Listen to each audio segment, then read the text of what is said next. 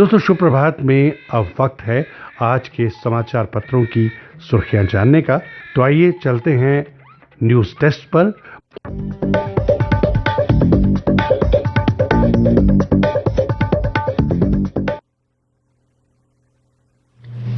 धन्यवाद श्री मोहन।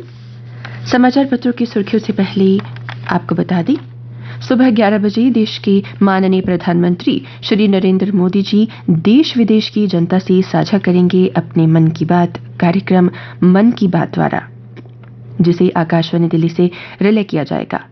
आज इसका 94वां धारावाहिक आप सुनेंगे। इसके तुरंत बाद क्षेत्रीय भाषा में मन की बात का डोगरी अनुवाद प्रसारित किया जाएगा। डोगरी अनुवाद का पुनः प्रसारण रात 8 बजे भी सुना जा सकता है और रात 10:30 पर इस कार्यक्रम पर विशेष परिचर्चा भी प्रसारित की जाएगी। और अब समाचार पत्रों की सुर्खियों के साथ मैं मीरा शर्मा। किश्तवाड़ रतले बिजली प्रोजेक्ट में हादसे को लेकर ज्यादातर समाचार पत्रों ने इसे पहला बड़ा समाचार बनाया है।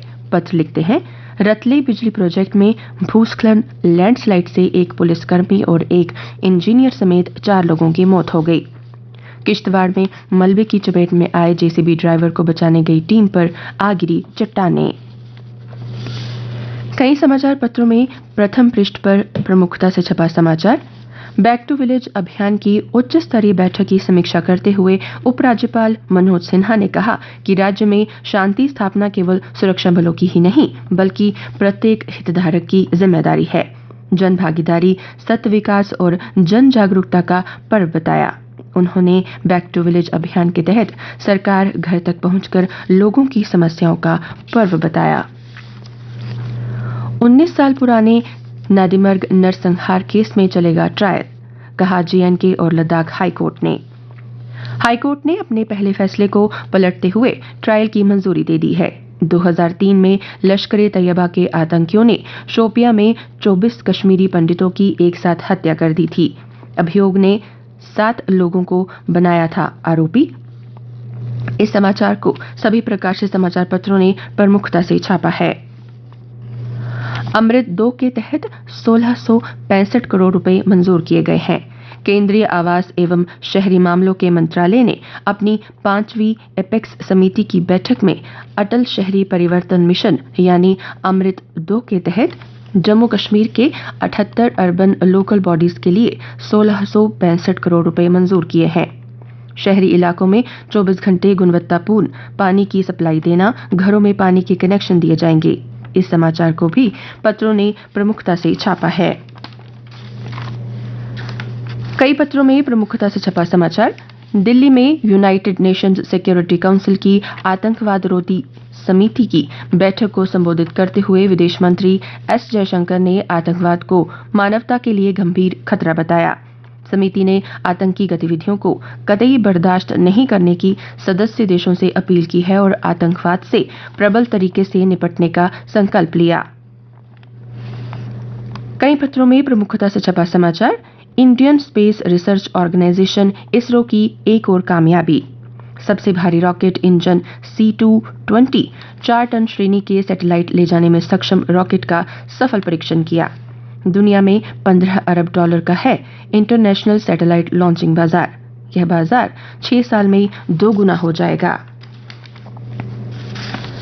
उपराज्यपाल के सलाहकार राजीव राय भटनागर ने अनंतनाग, बारामूला, राजौरी, डोडा, कठुआ, उधमपुर और हंदवाड़ा में बनाए जा रहे मेडिकल कॉलेजों के निर्माण कार्य की प्रगति की समीक्षा की और कहा, तय समय में पूरे हों सभी निर्माण कार्य।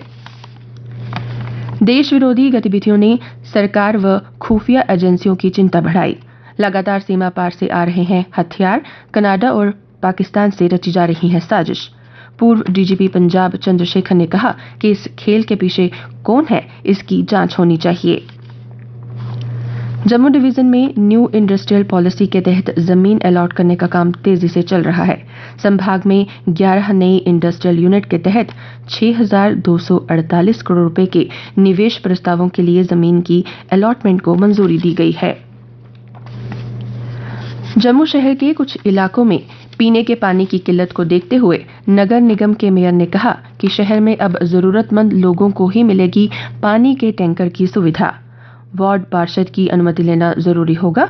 शहर में सड़कों किनारे काम के लिए बनेगी नोडल एजेंसी। उपराज्यपाल मनोज सिन्हा ने अपने मुलाकात कार्यक्रम में उन्होंने सुनी लोगों की शिकायतें और कहा, जम्मू कश्मीर के सभी स्कूलों की इमारतों की स्थिति का सर्वे किया जाएगा। इसके लिए शिक्षा विभाग करेगा कार्रवाई। इमरान का लॉन्ग मार्च रोकने के लिए धारा 144 सेना बुलाने का भी ऐलान। पाकिस्तान के पूर्व प्रधानमंत्री इमरान खान के लॉन्ग मार्च को रोकने के लिए सरकार ने सख्ती शुरू कर दी है। राजधानी इस्लामाबाद में धारा 144 लगा दी है। पाकिस्तान के गृह मंत्री राना सनाउल्लाह ने खान समर्थकों को राजधानी में प्रवेश करने से रोकने के लिए सेना बुलाने का ऐलान कर दिया है। टीवी चैनलों पर रैली के सीधे प्रसारण पर रोक। और अब अन्य समाचारों के साथ मेरी सहयोगी राजेश्वरी। धन्यवाद मीरा। लद्दाख के स्थापना दिवस पर 2 दिवसीय जश्न आज से। प्रशासन ने तैयारियों की समीक्षा की। देश के सबसे ऊंचे फुटबॉल स्टेडियम में मैच से होगा आगाज। अब जल शक्ति विभाग किसी वीआईपी को मुफ्त पानी नहीं देगा। जम्मू नगर निगम के मेयर ने जल शक्ति विभाग के अधिकारियों को निर्देश दिए और कहा, पाइप से पानी की लीकेज रोकने को शहर का करें दौरा। सिक्योरिटी गार्ड्स ने पिछले 8 माह से वेतन न मिलने पर सांबा, गुड़ा सलाथिया, रामगढ़ समेत कई इलाकों में स्टेडियम बंद कर दिए हैं। सभी स्टेडियम सूने पड़े हैं।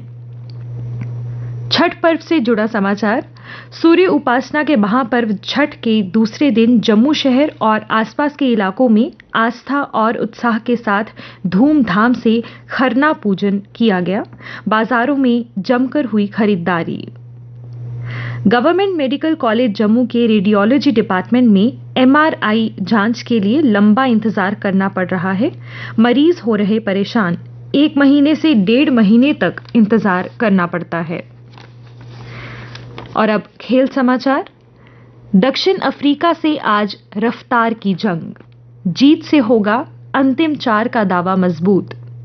T20 विश्व कप में आज भारत का मुकाबला दक्षिण अफ्रीका से होगा। विजयी हैट्रिक के साथ ही टीम इंडिया दक्षिण अफ्रीका पर जीत दर्ज कर ग्रुप 2 में अपने शीर्ष स्थान को बरकरार रखकर सेमीफाइनल का दावा मजबूत करना चाहेगी। पाकिस्तान पर रोमांचक और नीदरलैंड के खिलाफ एक तरफा जीत से भारतीय टीम के हौसले बुलंद हैं।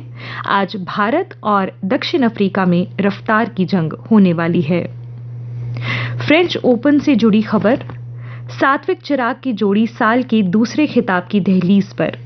सात्विक साईराज और चिराग शेट्टी ने चोई सोल ग्यू और किम वोन हो की कोरियाई जोड़ी को हराकर फ्रेंच ओपन सुपर 750 बैडमिंटन के पुरुष युगल फाइनल में प्रवेश किया। और अब मौसम से जुड़ी जानकारी। आज जम्मू संभाग में मौसम के खुश्क रहने की संभावना है। समाचार पत्रों के अनुसार अधिकतम तापमान 29.4 डिग्री सेल्सियस व न्यूनतम 16 डिग्री सेल्सियस रहने की संभावना है। आज सूर्यास्त 5:43 पर व कल यानी सोमवार को सूर्योदय 6:49 पर होगा।